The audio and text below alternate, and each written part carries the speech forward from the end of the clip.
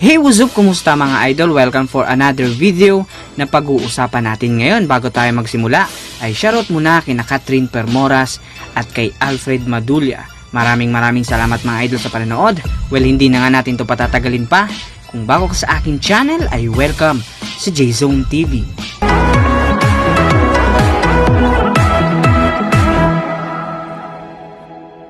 Pasok na nga ang defending champion na San Miguel Beermen sa semifinals ng PBA Philippine Cup matapos nga nilang talunin ang Token Text Tropang Texters sa kanilang do or die game. Nagtapos nga ang laro sa score na 96-86 pabor para sa San Miguel Beermen.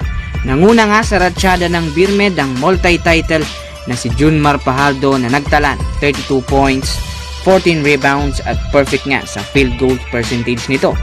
Hindi nga ay kinagugulat ni Junmar Pajardo na siya uli ang nangunguna na contender sa pagiging best player of the conference ng Philippine Cup.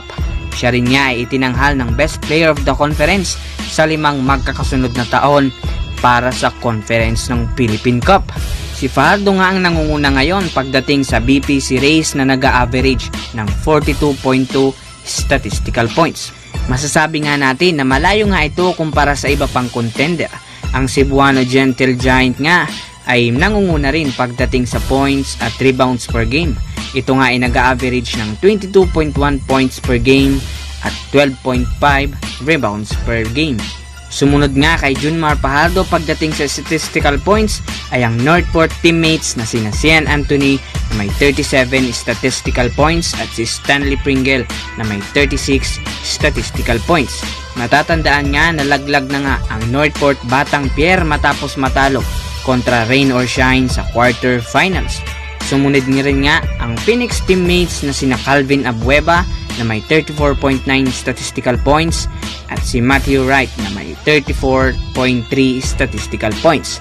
Phoenix Fuel Masters nga ang sunod na makakalaban ng Beermen sa isang best of 7 semifinal series.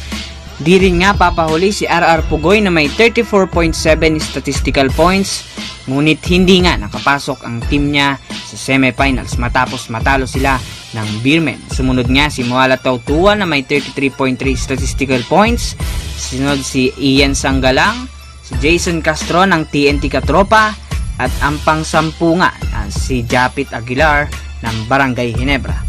Ito nga ang 10 players na kabilang sa best player of the conference race, ngunit 5 lang nga ang kukunin na magiging official candidates para sa nasabing award at i-announce nga ito pagkatapos ng semifinals. Mga idol, sobrang linaw nga na nangunguna talaga si The Kraken na maging best player of the conference ngayong taon. Ngunit bukod pa nga dyan ay mas mahalaga pa nga sa kanya ang tungkulin at ito nga ay maidepensa ang kanilang kampyonato at makuha ang kanilang ika-5 sunod na championship sa Philippine Cup. Isa rin nga ito sa nagbuo ng winning culture ng San Miguel Beermen sa nakalipas na mga taon.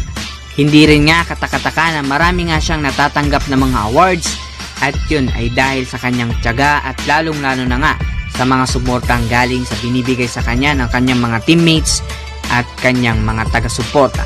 Patuloy nga nating suportahan ang nag-iisang The Kraken ng PBA at pati na rin ang bawat manglalarong Pinoy sa Philippine Basketball Association. So yun nga ang video natin ngayon mga idol. Again, this is J-Zone TV. Don't forget to click subscribe at i-click nyo na rin yung notification bell button para ma-notify kayo sa mga bagong uploads natin. So yun mga idol, thank you for watching.